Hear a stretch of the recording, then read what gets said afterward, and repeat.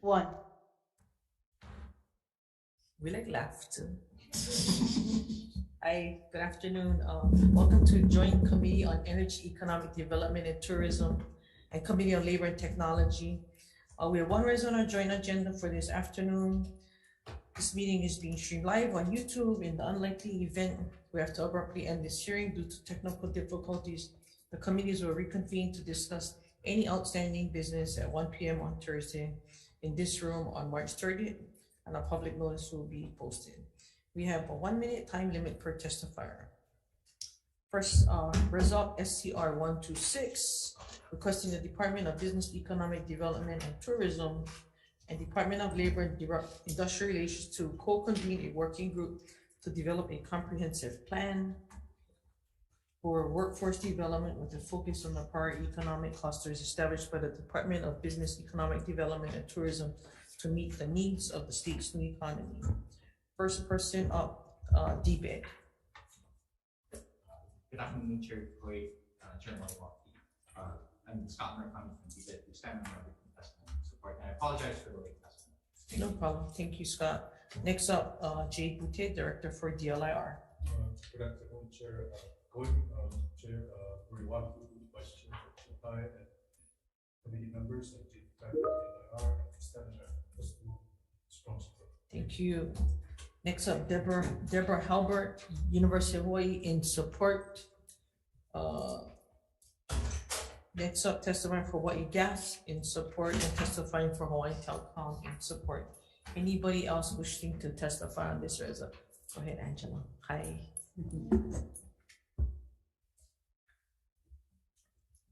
Good afternoon. Aloha, Chair, Vice Chair, and the committee's Angela Melody Young, testifying on behalf of CARES. Thank you for your patience while I pull up this document. So we just wanted to provide a comment that perhaps there could be consideration to integrate some of the work from the city's Office of Economic Revitalization. The newest department, the newest office from the city.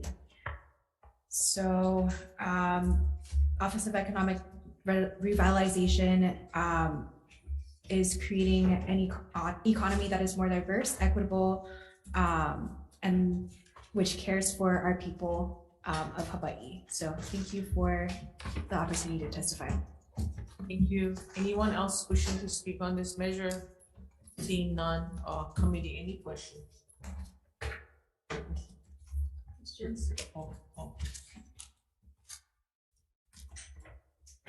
I don't question for D-Bed. Hi, Scott. What are your thoughts on who else you want to include in the working group to help develop the report?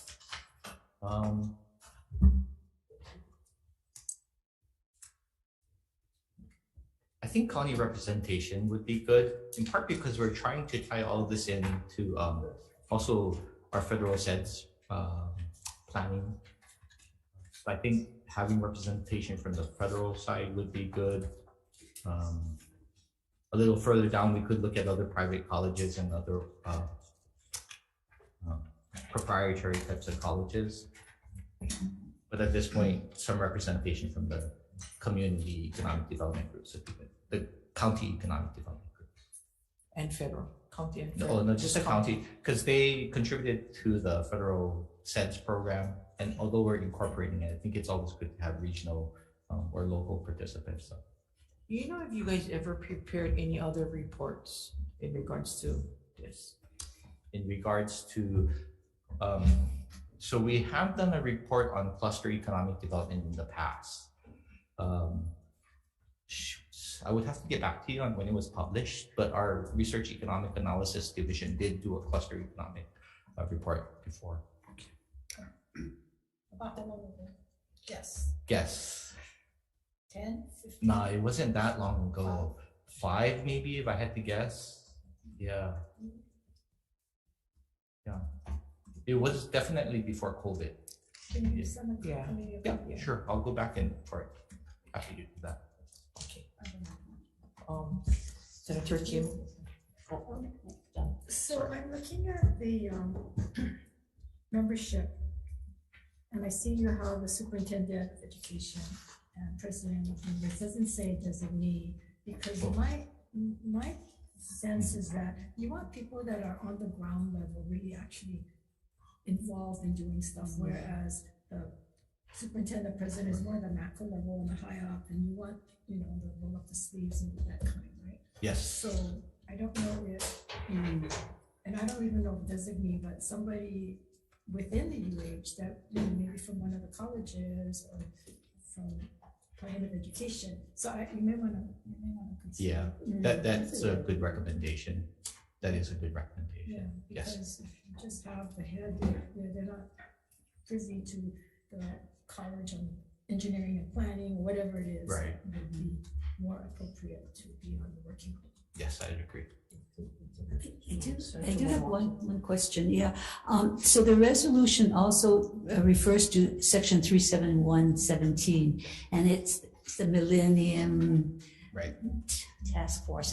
We passed the Millennium. So would this report also look at the current law and update it so that we do change it from Millennium to something more appropriate for the future? I think that's our hope. We, you know, the work that we're doing at the cluster economic development planning and setting the priorities on clusters certainly would benefit tying into workforce development planning in the future. So our target would be to update that section of HRS. So as it's written in the resolution, it's sufficient for you folks to look at updating that law. I believe so. The conversations that we've had, at least internally within DBED, have been about the end goal being able to revise 37117. It is still under our jurisdiction, and we're okay with that, just not for its current topic. Have you ever had, I know this is way back, Yeah. it was like 1999 when it first established, but do you know, or are there any reports in the files of DBED that shows that it did meet and what its plans were, or anything that came out of that we could look at as well? I know when it first was passed, when it was under the jurisdiction DLIR, there were a number of meetings that happened. And there was also implementation money, 468,000 or something, that went to the university to actually implement the programs.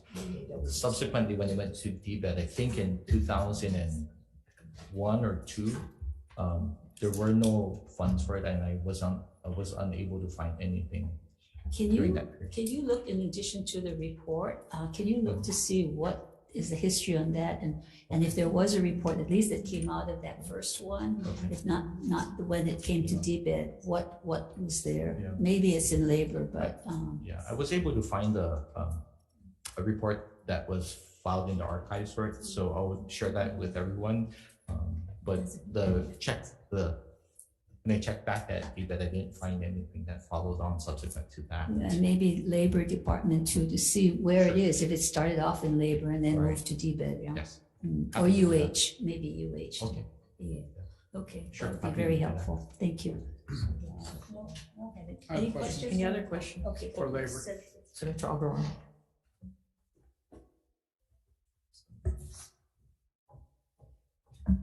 So, so the Workforce Development Council strategic plan for 2020-2024 included an initiative that will prepare the workforce of the future to targeted growth in 6 sectors. What's the status of that? What kind of follow-up happened? I mean, there's been reports that I've seen that, you know, the one that targeted those, what jobs of the future, you know, I mean, I think it was in relation to how we can help Alice. Oh, no, this is to support growth in target industries, health and wellness, education, creative sector, technology sector, agribusiness, military, which sounds a lot like the clusters that DBED will be working on. So I just don't want to create another working group when you had a 41-member Workforce Development Council that came up with a strategic plan and had a number of actions that were supposed to happen. So within your department, what happened? Yeah, I mean, there's subcommittees that, you know, that, in fact, at the last meeting, they provided, each of those subcommittees provided report. Well, is this working group going to be redundant to what they did? Because I think we should be moving on actions and not just doing more meetings and planning. I think there's a lot of information from that, from the Workforce Development Council that can be used for this. Who was Director of Labor at the time this WDC report was done? I think it was my predecessor, What year was that? 2022. I mean, I know the meeting, they've been meeting on a regular basis. You know, they break out into, you know, those sectors that Senator Kitagaran mentioned. So there's you know, they have a working group for. So does that feed into this, or is this, as Senator says, as a duplication of this? If you There could already be. have, because this is in DBED, but you have one in DLIR, it's never. Oh, no, the director was Scott Murakami. Or maybe Scott can come back up, maybe he can explain what follow-up happened then. So this was during your time. Sure, I'm not really familiar with exactly what report, but the idea really is that it would complement each other. In part, what we're looking at with this reso in front of you, SCR 126, is that the nature of work has changed quite significantly since COVID happened. We've seen, even with the benefit programs that came out, a substantial number of individuals under the PUA program. Our concern with that is, of course, as a statewide economy, if we experience another downturn, we may not have the resilience that we had under unemployment and other types of labor protection programs, because they're not covered employees. So part of this larger initiative is to take our priority areas, which currently are in agribusiness development and value-added activities, the renewable energies, and in CID. We are looking at other areas that will expand using some of the input-output models that we have at REIT. But the idea really is to then, in these areas, examine what does the future work look like? Is it going to be a larger portion of independent contractors, gig workers, seasonal workers? And then from there, look at what the in-demand occupations are, as well as within the cluster, what are the, I guess, first, the industries that are going to be dominant and growing, and within those industries, what the occupations are. And then tie it into some of the workforce planning that happens at the Department of Labor that focuses on some of the reemployment services and getting people back to work. But also, what do we need to keep that workforce current? Do we need additional incumbent worker training programs? Where do things like micro certifications fit in to ensure that our workforce remains competitive? So the reso allows us the opportunity to have this larger discussion about the priority areas that we have, help us with the planning of it, and then the parts that are working and that are necessary to have, I guess, codified, utilize 371.17 as the statutory place to make those changes. Oh, given your remarks and in response to the question Kim was earlier, who else should be added to the working group? Then who are you going to tap? Paper is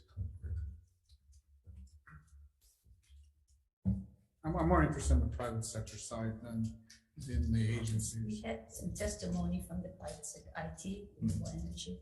Yeah. I mean, if it's in these Yeah, different we sectors. could. I think part of it is we're looking more at program alignment, you know, and we can, if it's okay, I'd like to kind of think about that, because really it was, how do we identify the bigger, the bigger workforce shift? What is it going to look like in these in-demand areas that we set as priorities? And then where would the programs be to support that level of activity? I'm not sure if we have, I'm just kind of thinking out loud, I apologize for this, but I'm not sure if we go to that granular level, if it's gonna then become redundant, replicative, or duplicative, excuse me. of the WDC's responsibilities, right? We were looking at the larger economic picture of it that pulls together the factors of production. But I'd be happy to give it some thought. Yeah, share any. So going back to Senator Keith Abdullah question, so this resolution of what this working group is different from the one that was there in the Labor Department in terms of what? Is this focus on economic sectors and bringing employees in, and there it was on jobs and what can be developed? But what is the distinction between what you were working on then in labor and now in So I think the WDC's population that they look at is a little different, and the nature of work that they look at is different, right? Because primarily it's through covered employment. That's the term that's used to describe somebody who's on payroll. So payroll worker. One of the studies that we did, I think in September of last year, was the payroll exit worker survey. And we were trying to determine what happened to all of these workers after COVID-19, and are they coming back, or is the nature of work changing? So the proposed resolution would look at those different categories of people who perform work, not just employees under covered work, to see what that profile is like, how it's changing, if there are programs that need to support them. And the language is a reso, it's flexible enough to give you some leeway. If we move it out today, since is this subject to the 4:30 deadline or not? I think so. It doesn't have. It's single. This is single. Single, We no, just we need have to- to, Yes, let SCI too. SCI has to be done. no, it's a single referral. It's a single.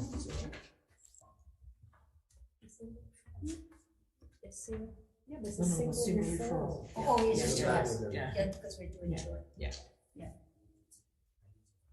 you have time, Time to amend it. or not. I mean, it's general enough. Is it general enough? Can you look at the language? Well, he just wanted the added language of the working group for county employee. Yeah, And then recommendation also by college, which are looking at College of Business named by the UH president. yeah, or their Designee. designee, Yeah. yeah, as well as superintendent. Because I think you can still, you still have opportunity to expand it. Yeah, it's kind of broad enough, yeah. Yeah. I think so. Anyone see any questions? Okay, seeing none, recess for decision making. Thank you.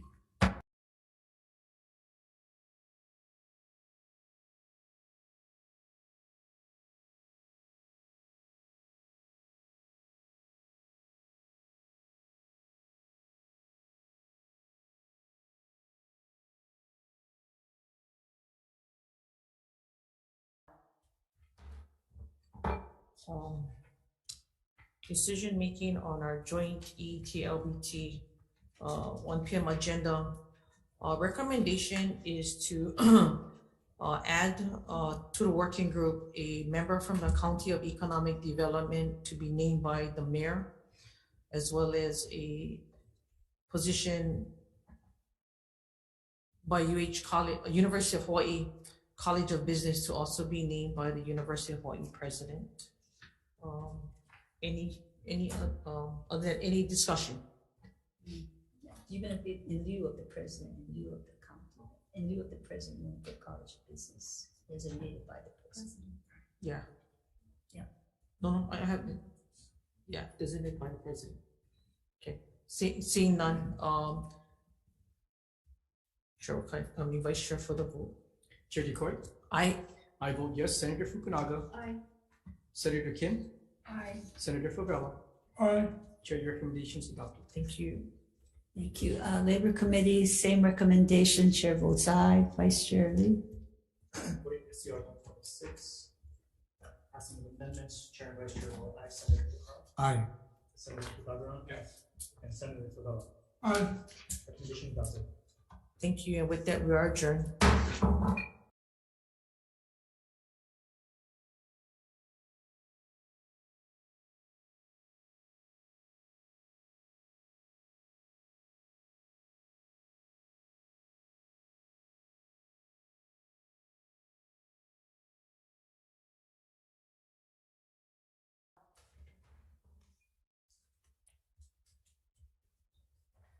Hey, welcome to Senate Committee on Energy, Economic Development, Tourism for a 105 meeting. We have 5 measures on our agenda for today. This meeting is being streamed live on YouTube. In the unlikely event of an eruption, we will end this hearing due to technical difficulties. The committee will reconvene on 1 o'clock on Thursday at 1 p.m. March 30th in this room. We have a 1-minute time limit, and let's start with SCR 22. Requesting the Department of Business, Economic Development, and Tourism to promote the use of Albizia in commercial products by establishing a grant program and conducting a study. First up, DBED. Wait, comments. Vice Chair, members of the committee, Mark Richards of DBED will stand on a written testimony, offering comments. Thank you. Next up, Anna Wisserek with the University of Hawaii on Zoom. Hello, Chair DeCoit. This is Walter Boyne. I'm Associate Dean of Research in CTAR. On behalf of Anya Wisserek, we submitted written testimony, which we stand on in support of being a reference if DBED was to undertake this study. Thank you. Thank you. Next up, JC Watson in support with suggested amendments. Anyone else wishing to testify on this matter? Seeing none, members, any questions? Can I get DBIT? Sorry, in regards to Albizia, are we already doing studies on commercial uses of Albizia wood? DBED has not done any studies like that. UH, I might defer to my colleagues at UH, they have done some pilot studies kind of in a lab looking at uses of the wood, which requires a lot of treatment, and it's a difficult wood to work with.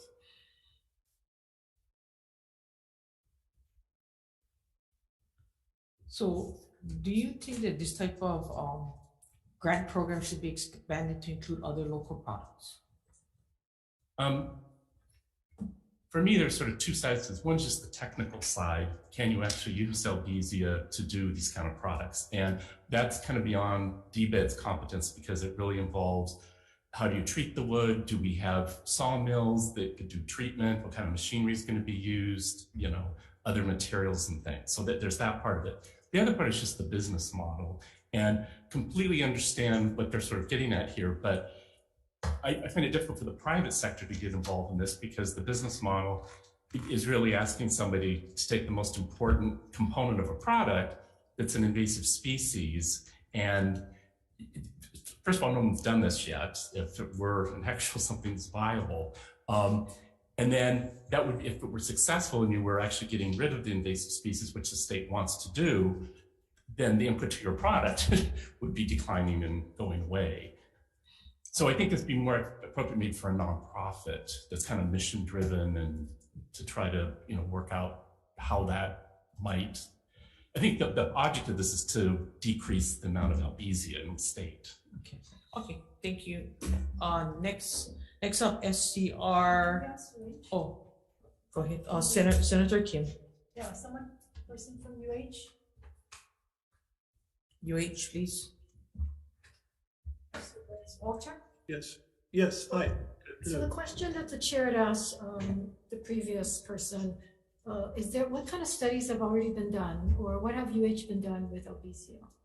Okay, the college, CTAR has not done any work on the commercial use of this wood. The College of Architecture has, and there has been the potential that the wood could be treated in such a way that it would be usable. But the emphasis of our research program and all of our extension programs has been on the control of Albizia as a problematic invasive species.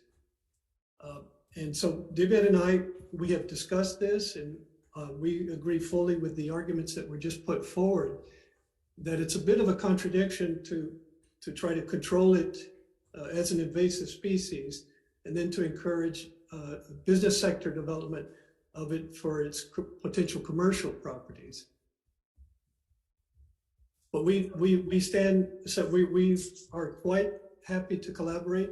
For example, if an NGO group or even if DBED was to go forward with some sort of study, we're available to assist in any way we can. So Albesia can grow on its own. And if we do go into commercializing it, then do you foresee that it would be compatible to just have areas in which you only grew Albesia? No, I don't see it. I think that this is going to be problematic to have it being actually actively planted out, because eventually, if it was very successful as a commercial enterprise, and we were no longer planting Albesia, then eventually it might bring Albesia under control. But at the same time, it would be difficult to ask businesses to invest in the commercial exploitation of this wood if the ultimate goal is its eradication. Right, and I'm saying though, in lieu of eradication, well, eradicating in areas in which you don't want them, but would it be feasible to grow Albesia, in a separate controlled area, and then make it commercial? I mean, because if it's not feasible, or it'll then completely go and migrate to other areas, then I don't know that we would necessarily want to keep looking at using it for commercial. Right. I think if you were to talk to foresters who've tried to bring Albesia under control, we do not have control of Albesia precisely because it is so prolific. And even though we might try to commercially exploit it, I don't think, because we've not been successful in the complete eradication of it, that we're still going to have this problem of it moving out of these areas of commercialization into the wild areas and continuing to be an invasive, problematic species. Got it. Thank you. Thank you.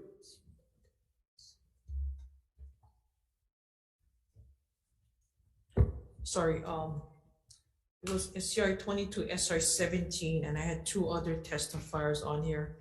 Paul's Wang, in support with suggested amendments, as well as John Carl Watson in division support with suggested amendments. On that, anybody else for questions for any of the testifiers? Seeing none, moving on to SCR 74. Requesting Hawaii Broadband and Digital Equity Office to increase access to Wi-Fi in public parks throughout the state. DBED in person. Bert. Lord Chair, Vice Chair, members of the committee, we're loving the Hawaii Broadband and Digital Equity Office. I stand in support of the intent of this resolution. Available for any questions. Thank you. Anybody else wishing to testify on behalf of the measure? See none. Any questions? Members? Okay, Bert, please. Bert, how would you go about increasing Wi-Fi access in public parks, and how much money would it take for us to do this? I think the first step to accomplish that is to actually get an assessment as to what parks currently have. So, in the, I guess, overall category of public parks, right, you got county parks and you got state parks. And I think what we would do is start with an inventory of all the parks and what do they currently have. And based on what they currently have, we can look at, what's the potential for improving that connectivity based on some of the funding programs like the Broadband Equity Access and Deployment. So, there's going to be a wide variety of parks. Let's say, you talk about Kaena Point as a state park. You're not going to put Wi-Fi out in Kaena Point, but then there are very accessible public parks like Ala Moana Park. So you might want to improve the park Wi-Fi over there. So I think the first step is to take an inventory of all the parks, see what they currently have, perhaps what the situation is. Are they a place for community convening? And then we can look at the available funding programs like BEAD. How long would it take you for giving an assessment of all those parks? I would look at trying to work with DLNR and the counties. We could probably do an assessment, before the next leg session.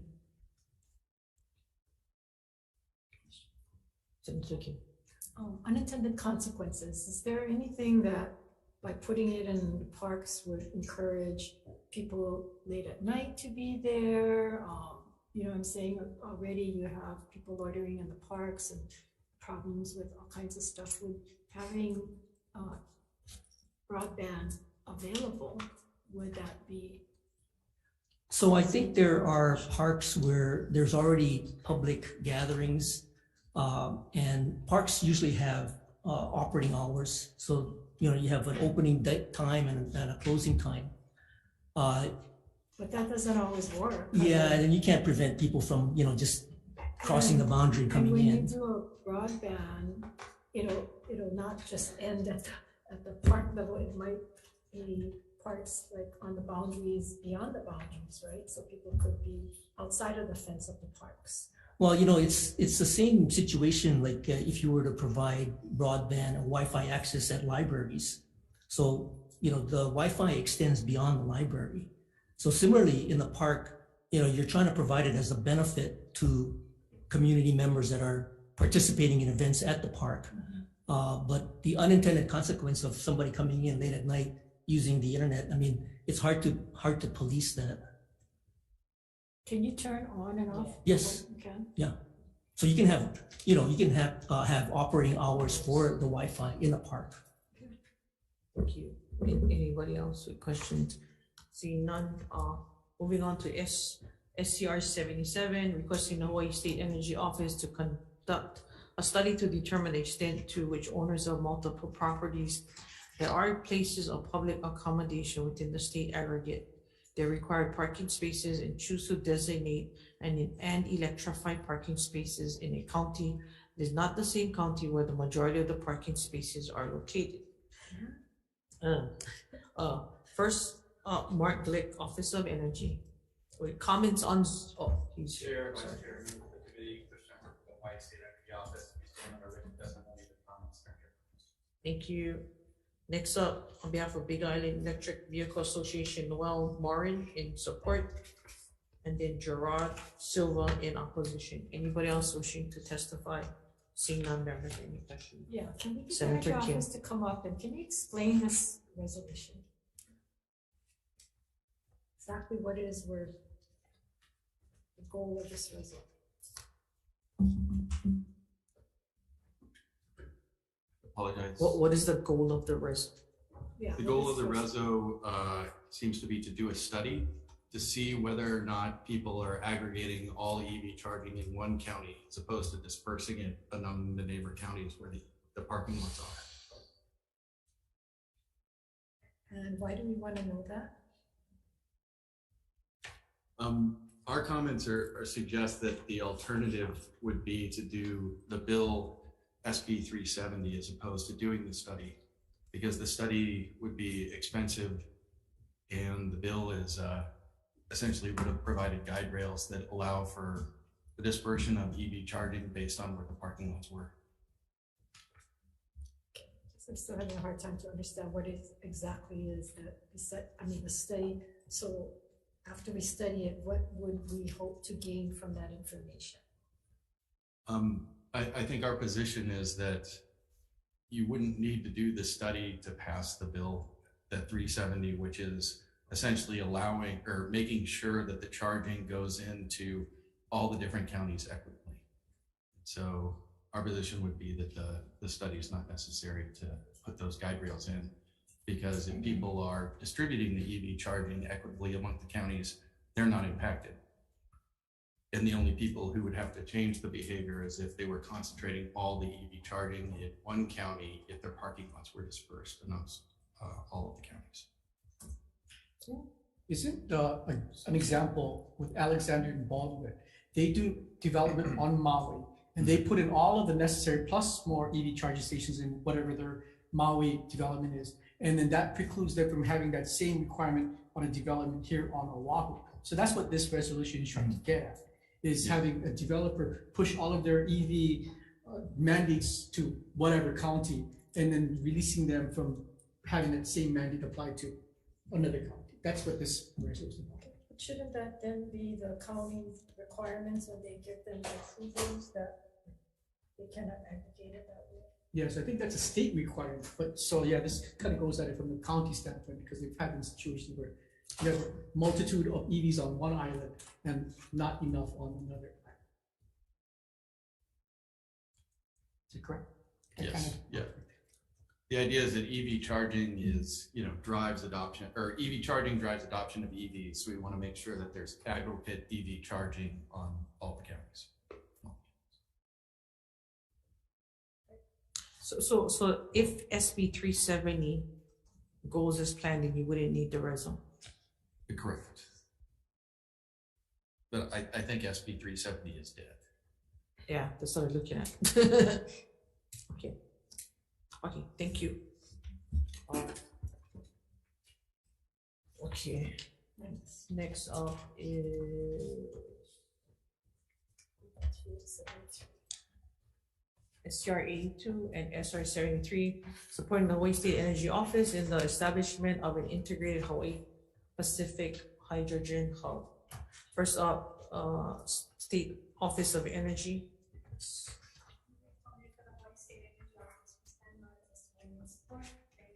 Thank you. Next up, Della Tiroka testifying on behalf of UH in support, and Peter Deans, Servco Pacific in support. Director from DBID in person in support. Chief Energy Officer Mark Lick in support. On Zoom, maybe not. Okay, just looking back if you wanted to. Okay, thank you. And then Peter Deans testifying for Servco in support. Any questions? Oh, I'm sorry, Angela, go ahead.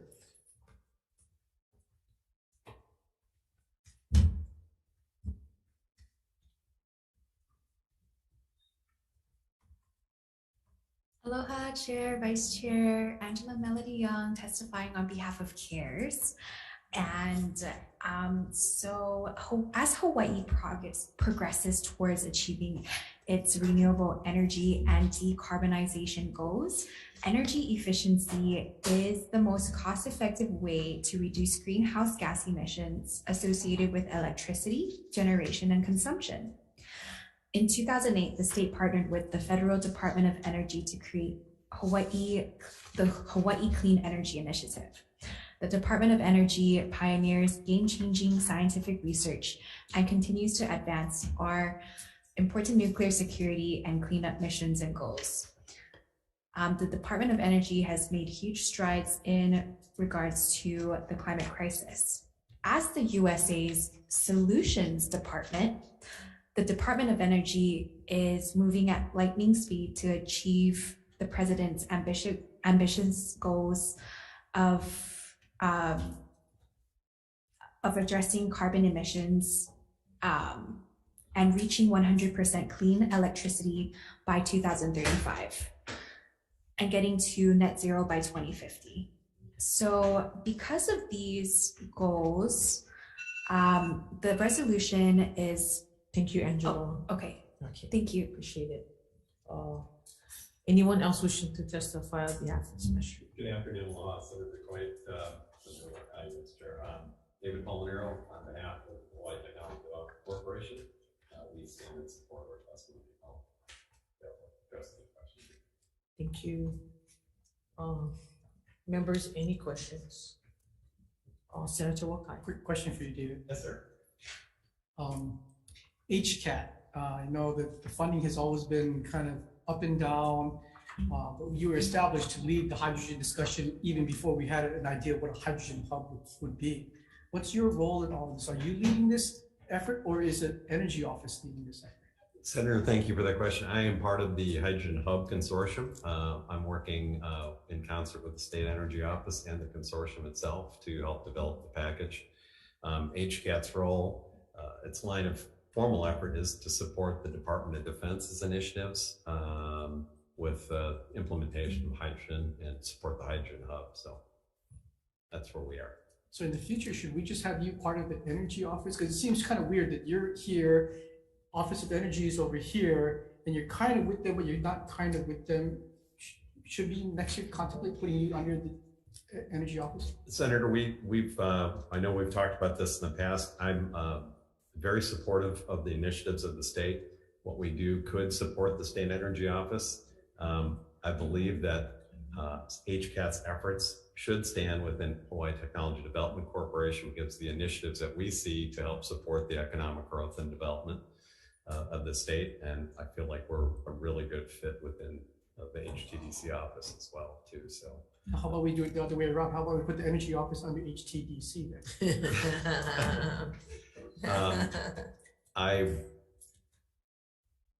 would not know how to answer that, Senator. Because I mean, those of us on this side are about streamlining and making government efficient, but it just seems like we have two entities focused on hydrogen and energy and going about things sometimes succinctly and sometimes not in alignment. So I'm just wondering like how we can make this all work better for the benefit of the public.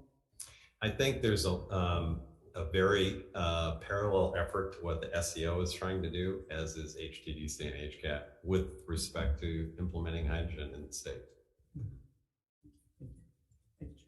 Thank you. Any other questions? Energy office, please.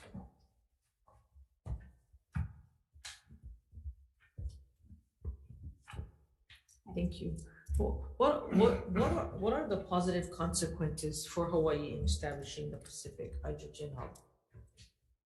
We'd be able to have the consortium that's come together to develop these production, distribution, and use of hydrogen to actually make a lot of progress faster. It's a one-to-one match. For every dollar that the local consortium comes up with, the federal government puts in another dollar. So there is the progress in the areas that people are interested enough and see enough value for them to be working on it. So did the department put in for a federal grant? This is it. It's due on April 7th. Oh, yeah. And so thank you for the resolution. So what do you think about what Senator Wakani said? Oh, about combining department. That's not something that I would entertain.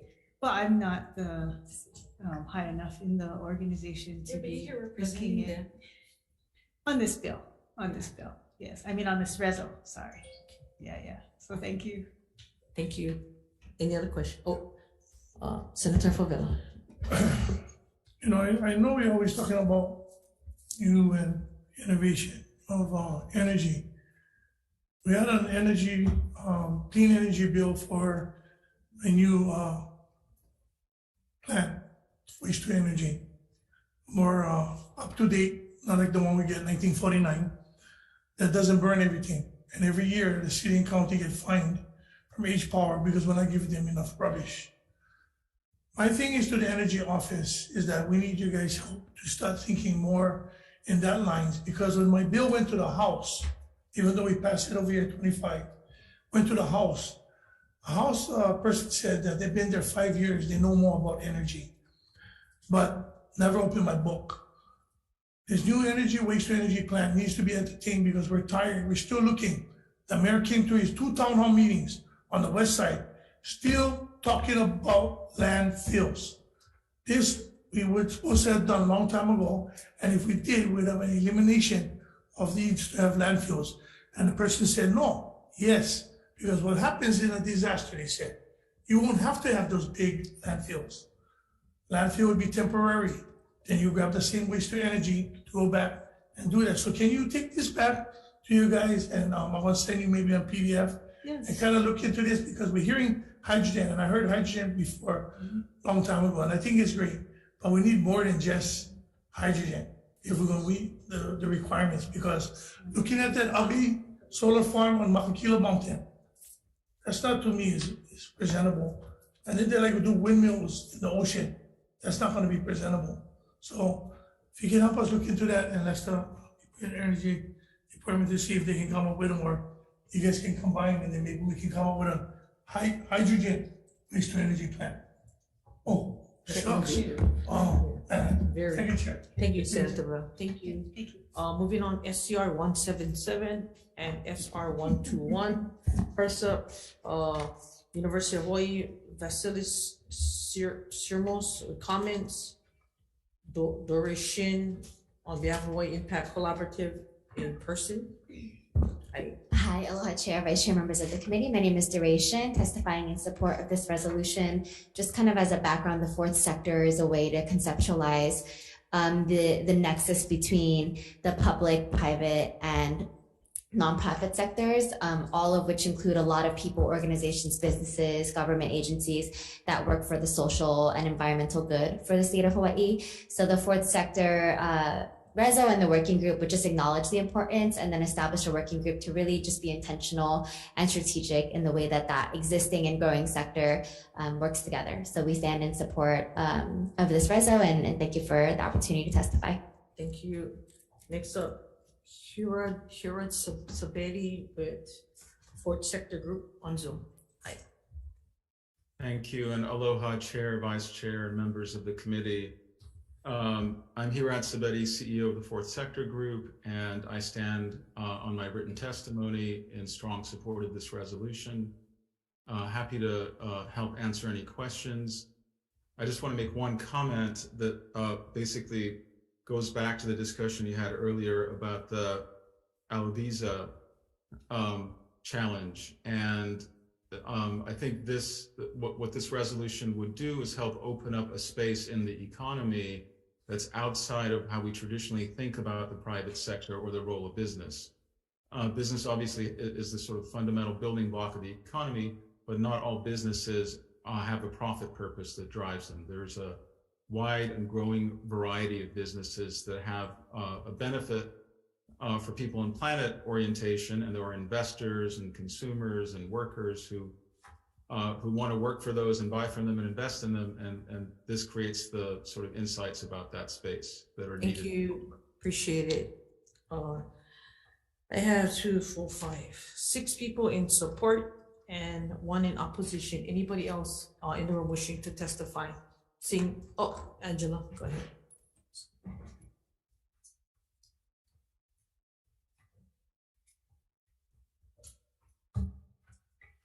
Aloha, Chair, Vice Chair, and the committee, Angela Melody Young, testifying on behalf of CARES. And the resolution is requesting a strategic plan with a list of goals to create more equity, basically to create more equity for businesses, and to provide like education and training opportunities for students related to the fourth sector of the economy. And we're just providing comments again to highlight the work of the Office of Economic Revitalization, because the Office of Economic Revitalization does a lot of small business initiatives and works closely with nonprofits, farmers, ranchers, growers, and other sectors within Hawaii. Thank you, Angela. Your time is up. Appreciate it. Members, any questions for the testifiers? So, Senator Turchin. Person that was in support.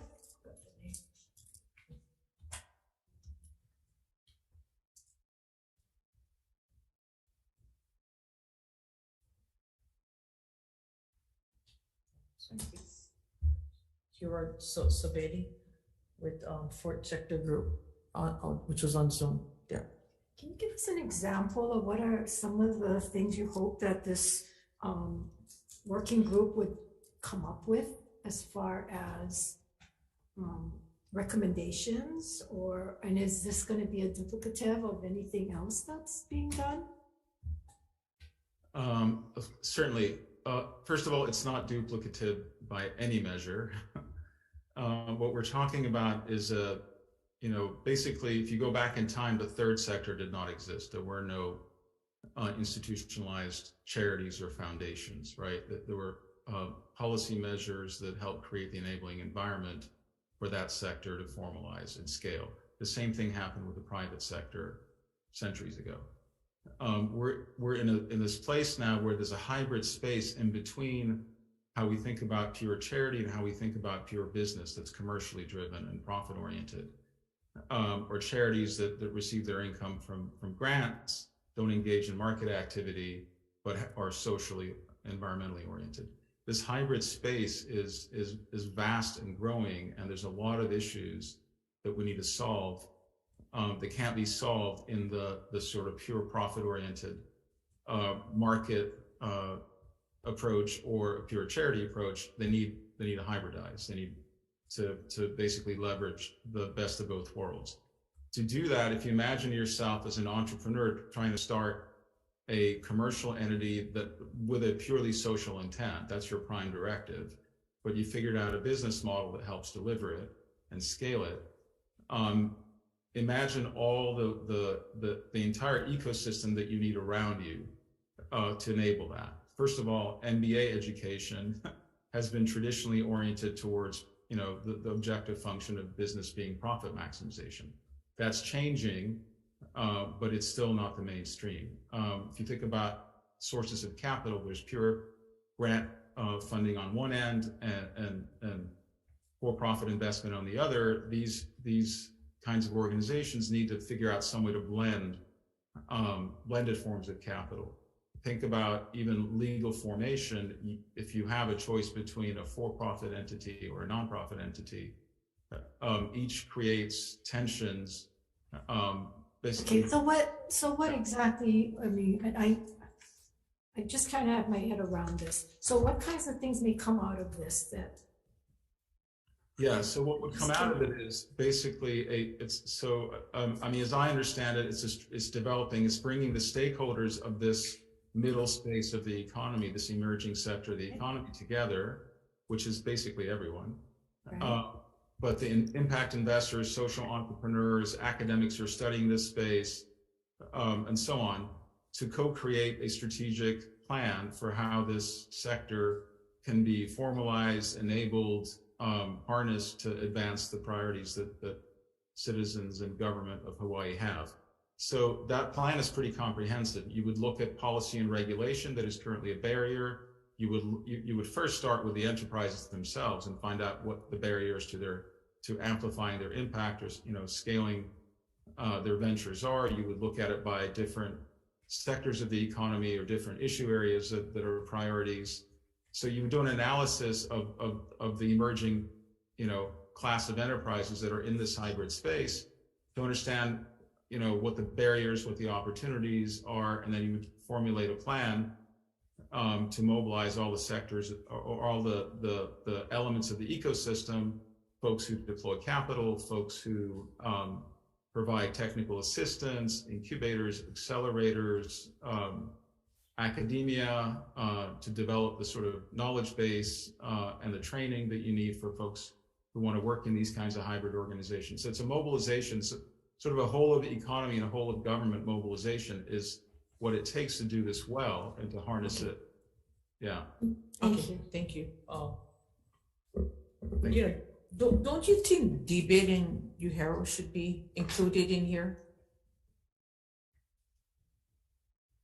Gerard. I'm sorry, is that a question? Who should be included in there? For DBID and UHERO. I think that would make a lot of sense, absolutely. Okay, thank you. Any other questions? Seeing none, recess for decision making.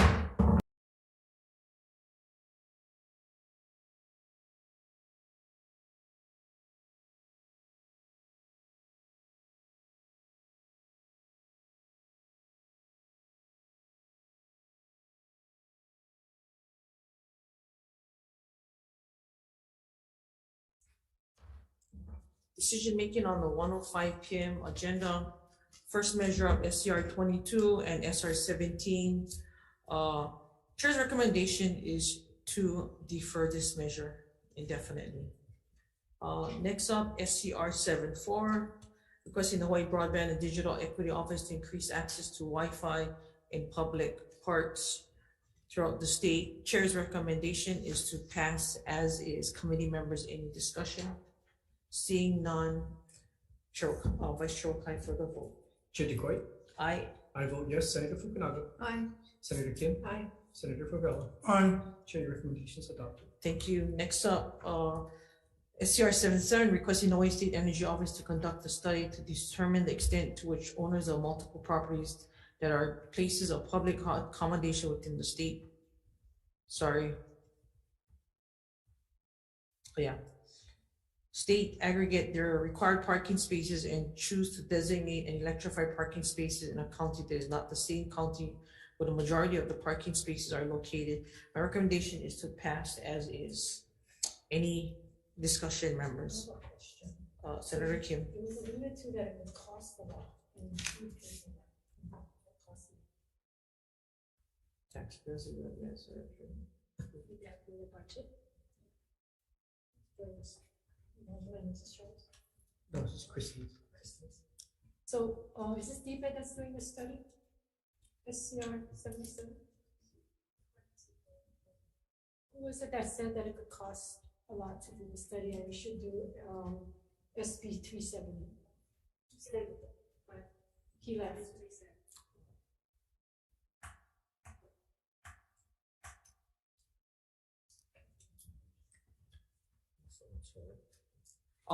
Recommendation is to pass as is. Vice Chair Okai for the vote. Chair DeCoy? Aye. I vote yes. Senator Fukunaga? Aye. Senator Kim? Reservations. Senator Favela? Reservation. Chair, your recommendation is adopted. Thank you. Next up is SCR 82 and SR 73 supporting the Hawaii State Energy Office in establishment of an integrated Hawaii Pacific hydrogen hub.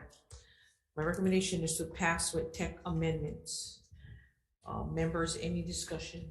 Seeing none, Vice Chair Okai for the vote. Noting the presence of all members and opposition or reservations to the chair's recommendation, we pass this measure with amendments. Seeing heard none, Chair, your recommendation is adopted. Thank you. And with that, we are, oh wait, hang on. And then the last measure, SCR 177 and SR 121. My recommendation is to defer this measure indefinitely. And with that, we are adjourned. Thank you.